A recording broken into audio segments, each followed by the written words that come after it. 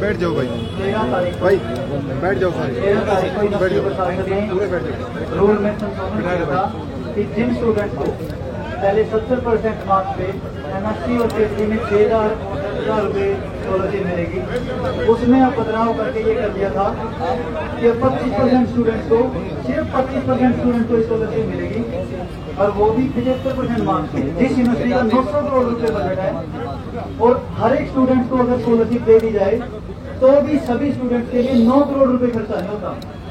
फिर भी इन्होंने इसमें संशोधन किया, पता नहीं इनकी क्या मंशा थी। तो हम इनके ऊपर गुजारिश लेके गए थे कि हाँ, आप गरीब के बच्चे के पढ़ने में दिक्कत ना हो तो आप इस संशोधन को वापस ले लीजिए। इन्होंने हमको टाइम दिया कि 27 तारीख को आप आ जाइए, आपके लिए कमेटी गठित कर देंगे। लेकिन 27 तारीख को जब गए तो VC साहब ऑफिस में नहीं मिले।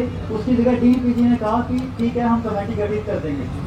उसके बाद जब 9 तारीख को गए तो 9 तारीख को VC ऑफिस से दबे पांव आगे भाग लिया कि नहीं, मेरे को नहीं से बात करनी। शाम को इसके घर के बाहर जब मिलने गए तो इसके सिक्योरिटी गार्ड ने हमारे साथ धक्का मुक्की की। 10 तारीख को फिर हम गुजारिश लेके इनके पास पहुंचे। 10 तारीख को सुबह जब इसके ऑफिस के बाहर गए तो सिक्योरिटी गार्डों ने मिलके 5-5, 10-10 सिक्योरिटी गार्डों ने मिलके एक बच्चे को पीटा, बहुत थप्पड़ मुक्के मारे, घसीटा, बाल बिखार दिए, शर्ट फाड़ दी। इसका विरोध और स्कॉलरशिप का विरोध करने के लिए शाम को जब बच्चे इसके घर के बाहर शांति पीरियड ढंग से धरना दे रहे थे तो कम से कम 15-20 टीचर, 35 से 40 सिक्योरिटी गार्ड सबने मिलके बच्चों के सर पे लाठियों से प्रहार कर दिया। 2 बच्चों के सिर फाड़ दिए, 8 बच्चों को घायल कर दिया और बहुत सारे बच्चों के साथ सीना चपटी करी। उसके बाद अगले दिन जब बच्चे हॉस्पिटल में गए अपनी MLR कटवानी तो डॉक्टर ने भी इनके साथ जालसाजी करने की कोशिश की। जो गाँव 9 सेंटीमीटर का था, 9 टांके आए थे जिसमें उसको सिर्फ 0.5 सेंटीमीटर दिखाया गया।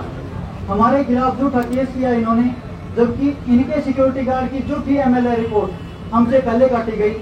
जब SP ऑफिस में गए तो SP ने भी हम पे दबाव बनाने की कोशिश की और हमको धमकी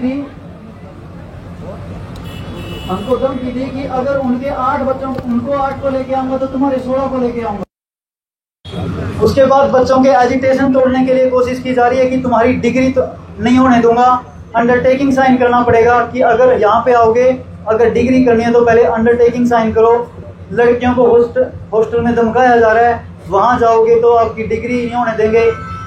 लड़कों के और लड़कियों के कैरेक्टर पे सवाल उठाया जा रहा है और दबाया जा रहा है हर दिन। यहाँ पे धारा 163 लगा दी बच्चों के ऊपर, फिर झूठा एक इल्जाम लगा दिया कि बच्चों ने एग्जाम देते टाइम अवरोधन पैदा किया। हम कहते हैं कि अगर 163 के अंदर अवरोधन पैदा किया तो उसी टाइम गिरफ्तार कर लेते। हम कोई दूर थोड़ी ना थे, पुलिस प्रशासन आपके साथ था, आपके सारा सिक्योरिटी स्टाफ, अध्यापक स्टाफ, सारा एडमिनिस्ट्रेशन आपके साथ था, तो हम पे झूठे इल्जाम लगाए जा रहे हैं। ये पूरी बात है नेताजी।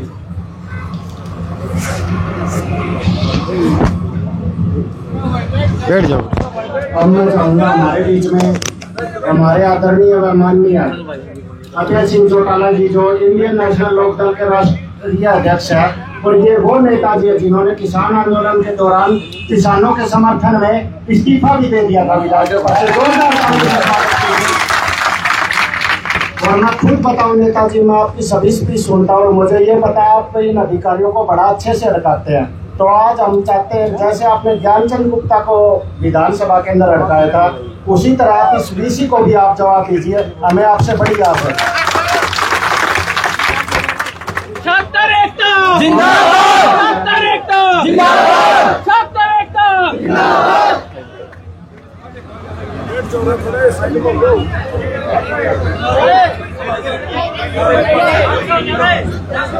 आदरणीय साथियों,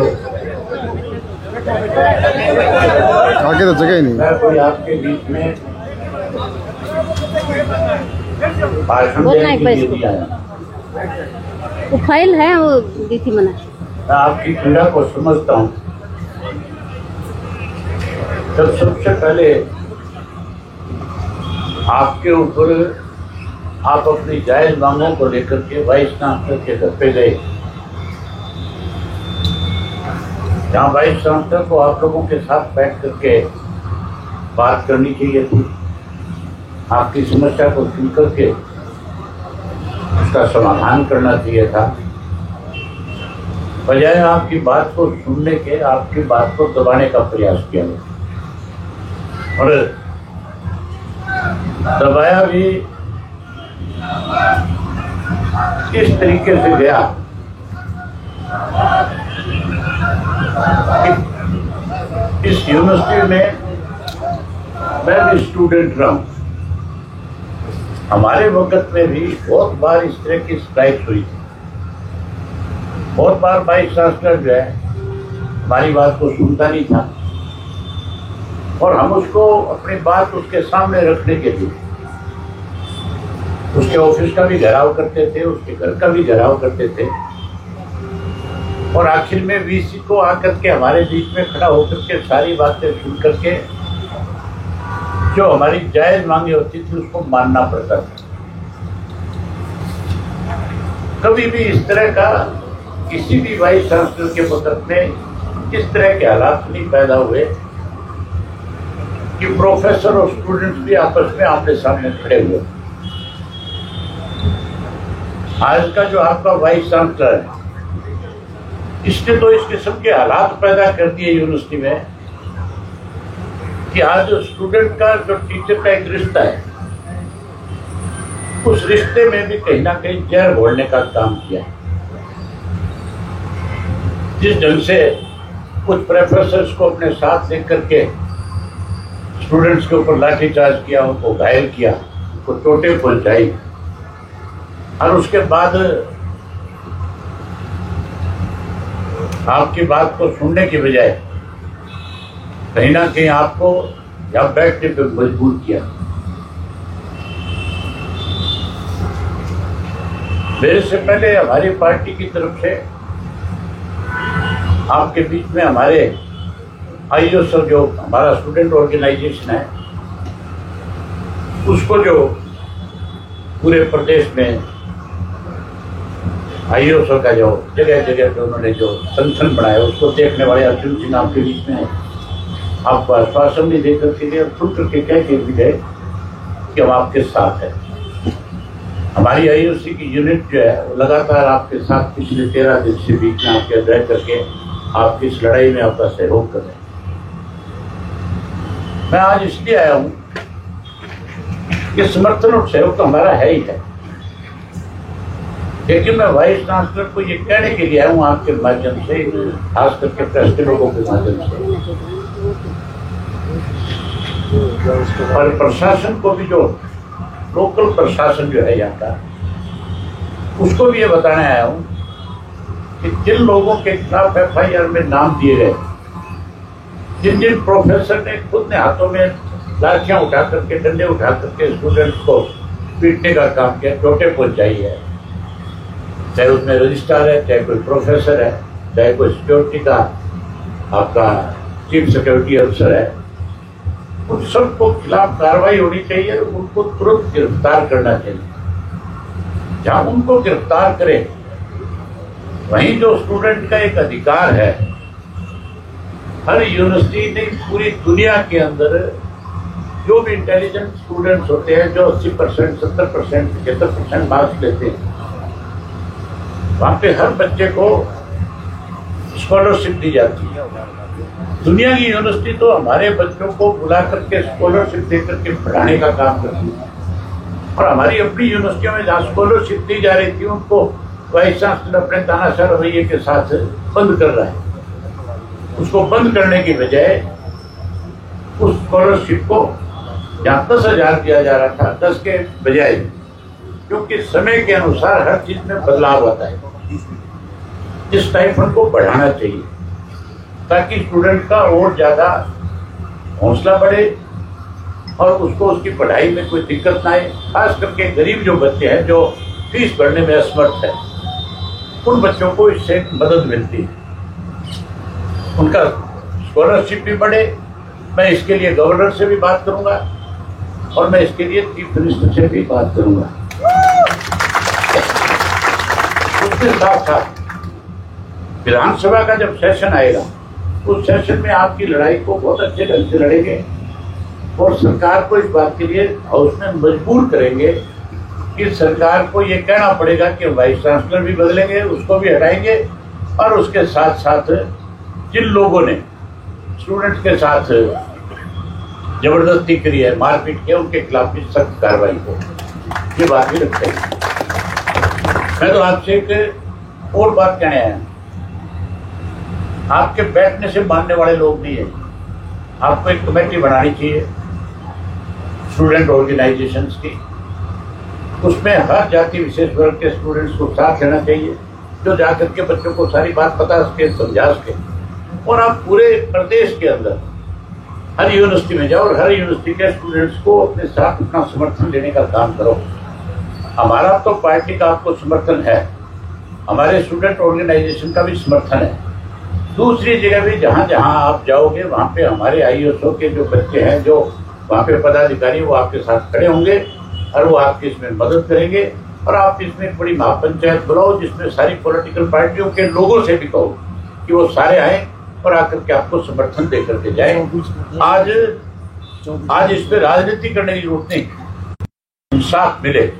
और इस तरह से कोई भी प्रशासनिक अधिकारी या कोई वाइस चांसलर अपनी तरफ से मनमर्जी ना कर सके। इसके लिए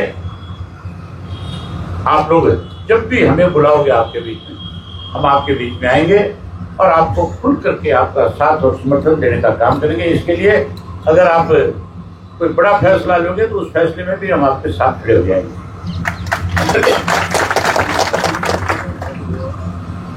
क्या है 24 तारीख की महापंचायत है, उसको भी 120 भी लगनी चाहिए। मास्टर प्लान धारा 120 भी लगनी चाहिए उसको, मास्टर प्लान में तो वही 24 तारीख की महापंचायत है। तुम अपनी महापंचायत बुलाओ, उस महापंचायत के अंदर मैं हमारी पार्टी के साथियों की जिम्मेवारी लगाऊंगा, वो खुल करके आपका समर्थन करके जाएंगे और खुल करके आपके साथ खड़े होकर के आपकी इस लड़ाई में आप शामिल होंगे। और मैं बहुत अच्छे से इस बात को जानता और समझता हूँ कि स्टूडेंट को किस किस तरीके से यूनिवर्सिटी के अंदर प्रशासन की तरफ से और यूनिवर्सिटी के प्रशासन की तरफ से दबाने के बहुत बार प्रयास हुए। मैंने इस यूनिवर्सिटी में पढ़ते हुए इस किस्म के हालात भी देखे कि भजन लाल जी मुख्यमंत्री थे और हम स्ट्राइक पे थे, और जब हम मुख्यमंत्री से मिलने गए तो मुख्यमंत्री ने हमारी बात सुनने की बजाय हमें लताड़ लगा करके बाहर निकालने का प्रयास किया। लेकिन स्टूडेंट्स की एकता इतनी ज़्यादा ताकतवर होती है, इतनी ज़्यादा मजबूत होती है कि हमारे साथ ना केवल HUV के बच्चे थे, बल्कि जितने भी कॉलेज थे, बाहर में चाहे DAV कॉलेज था, जाट कॉलेज था, गवर्नमेंट कॉलेज था, सब कॉलेजों के बच्चे हमारे साथ जुड़े। और हमने भजन लाल को भी इसी यूनिवर्सिटी के प्रांगण से चीफ मिनिस्टर होते हुए भी भगा करके गाड़ी में बैठाने का काम किया था। ये VC तो कोई बड़ी चीज नहीं है। इस VC को तो आप ये मान के चलो, ये खुद चल करके आपके बीच में आएगा और माफी मांगेगा, और ना केवल माफी मांगेगा बल्कि अपनी गलतियों का एहसास आपके लिए खड़ा होकर के करेगा। इस किस्म के हालात पैदा करना आप लोगों के हाथ में है। आप पूरे प्रदेश भर में जाओ और प्रदेश भर से स्टूडेंट्स का समर्थन लो, सारी पॉलिटिकल पार्टियों के पास जाओ। भाजपा की नीति रही है हमेशा से कि लोगों को लंबे समय तक एजिटेशन पे बैठा करके कमजोर करना। आपने देखा नहीं, किसान आंदोलन को तोड़ने के लिए इन्होंने 1 साल तक उनको बैठने पे मजबूर किया था, लेकिन उनकी ताकत इतनी बड़ी हो गई थी, उनको इतने बड़े समर्थन मिल गए थे कि आखिर प्रधानमंत्री को भी मजबूर होना पड़ा था, उसको भी माफी मांगनी पड़ी थी देश के किसान से।